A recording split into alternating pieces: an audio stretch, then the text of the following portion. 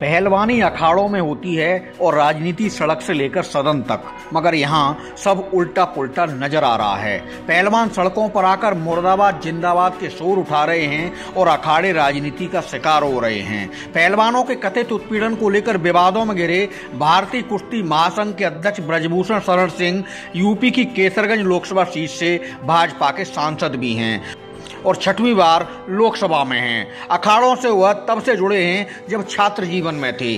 गोंडा जिले के रहने वाले सांसद ब्रजभूषण शरण सिंह युवावस्था के दौरान खूब दंगल कराते थे। कुश्ती संघ के कई बार निर्विरोध अध्यक्ष बन चुके ब्रजभूषण अब की बार ऐसे अखाड़े में घिर गए हैं जिनमें देश के नामी पहलवान उन पर गंभीर आरोप लगाते हुए पद छोड़ने की मांग कर रहे हैं और राजधानी दिल्ली में आंदोलन के जरिए अपनी आवाज बुलंद कर रहे हैं। आरोप प्रत्यारोप के बीच मामले की सच्चाई क्या है, ये जानने को पूरा देश आतुर दिखाई दे रहा है। विवादों में घिरे ब्रजभूषण शरण सिंह ने 80 के दशक में कॉलेज टाइम से छात्र राजनीति में अपने कदम रखे थे।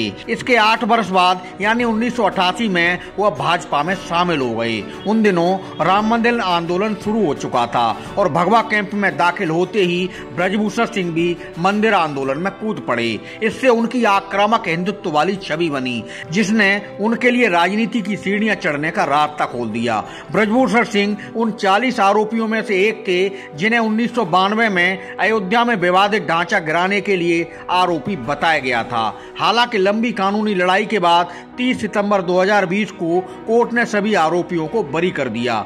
1991 में ब्रजभूषण पहली बार सांसद बने। इसके बाद 1998 के चुनाव में उनको हार का सामना करना पड़ा। हालांकि 1999 और 2004 में फिर भाजपा की टिकट पर चुनकर वह संसद में पहुंचे। 2009 में भाजपा से उनके मतभेद हो गए और वह सपा में शामिल हो गए। समाजवादी उम्मीदवार के रूप में भी उन्होंने अपनी ताकत का लोहा मनवाया और जीत का परचम फहराया। 2014 के चुनाव से पहले उनकी फिर भाजपा में वापसी हुई और 5वीं बार जीत का झंडा बुलंद किया। इसके बाद 2019 में वह 6वीं बार जीत का रिकॉर्ड बनाकर सदन में पहुंचे हैं। राजनीति की राह में उन पर मुकदमे तो काफी दर्ज होते रहे हैं, मगर किसी मामले में दोषी नहीं ठहराया गया है।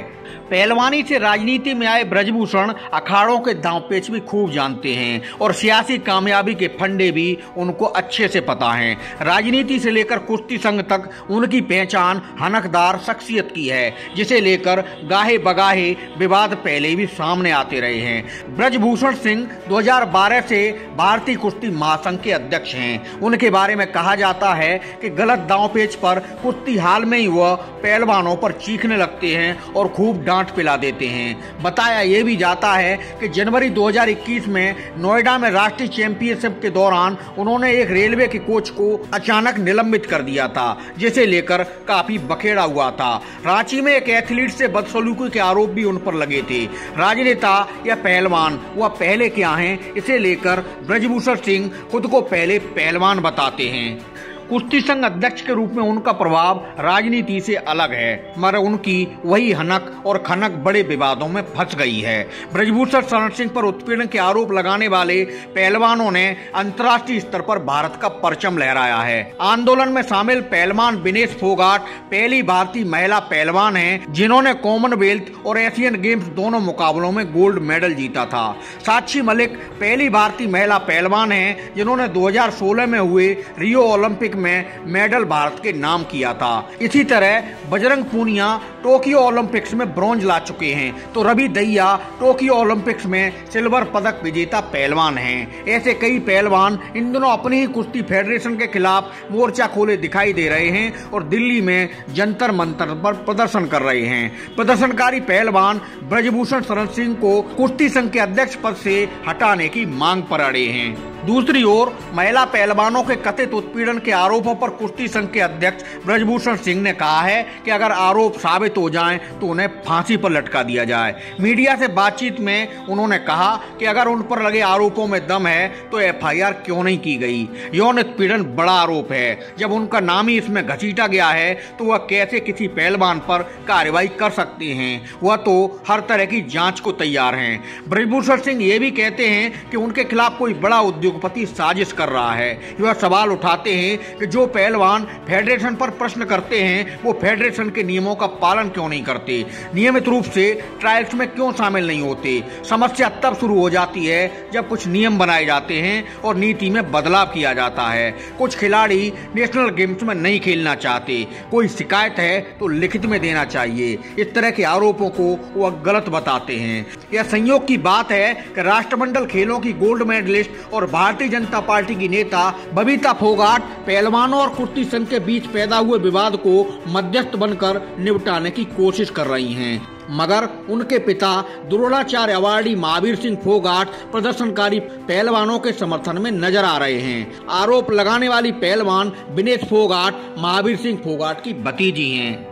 कुश्ती संघ के अध्यक्ष और पहलवानों के बीच रार तकरार के बीच मामले पर राजनीति भी शुरू हो गई है। हालांकि मामले में कूद रहे नेताओं को प्रदर्शन से दूरी रहने की पहलवानों ने नसीहत दी है। आरोप प्रत्यारोपों के बीच खेल मंत्रालय भी टेंशन में है।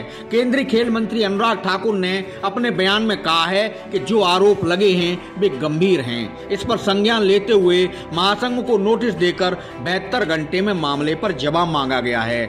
समाधान के लिए खिलाड़ियों से बातचीत के आधार पर सरकार उचित एक्शन लेगी। सभी जानते हैं कि कुश्ती में हमेशा से हरियाणा और पंजाब का दबदबा देखा जाता है, जबकि कुश्ती संघ के अध्यक्ष पर यूपी की शख्सियत ब्रजभूषण सिंह का लगातार कब्जा चला आ रहा है। ऐसे में पहलवानों और संघ की लड़ाई को यूपी बनाम हरियाणा पंजाब का रंग भी देने की कोशिश हो रही है। ये लड़ाई आगे कहां जाने वाली है ये तो बाद में पता लगेगा, मगर ये जान लेना सबको जरूरी है कि भारतीय कुश्ती संघ है क्या। भारतीय कुश्ती संघ को संचालित करने के लिए एक बड़ी टीम होती है, जिसमें एक अध्यक्ष होता है और एक वरिष्ठ उपाध्यक्ष और 4 उपाध्यक्ष होते हैं। इसके अलावा एक एक मानद महासचिव और मानद कोषाध्यक्ष भी होते हैं। कुश्ती संघ में 2 मानद संयुक्त सचिव भी होते हैं। कार्यकारी समिति के पदाधिकारियों और सदस्यों के चुनाव के लिए एक निर्वाचक मंडल काम करता है, जिसमें 26 राज्यों और केंद्र शासित प्रदेशों के 51 सदस्य शामिल होते हैं। निर्वाचक मंडल में आमतौर पर राज्य कुश्ती संघ के अध्यक्ष और महासचिव शामिल होते हैं। सभी राज्य कुश्ती संघ में अपने 2-2 प्रतिनिधियों को जनरल काउंसिलिंग में भेज सकते हैं। हर प्रतिनिधि को वोट डालने का अधिकार भी होता है। भारतीय संघ के चुने गए पदाधिकारियों के लिए एक नियम ये भी है कि अध्यक्ष, महासचिव या कोषाध्यक्ष का पद धारण करने वाला कोई भी सदस्य किसी दूसरे खेल महासंघ में हिस्सा नहीं ले सकता।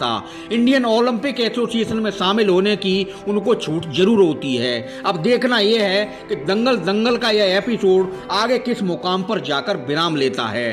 फिलहाल सबकी नजरें सरकार, कुश्ती संघ और पहलवानों पर टिकी दिखाई दे रही हैं।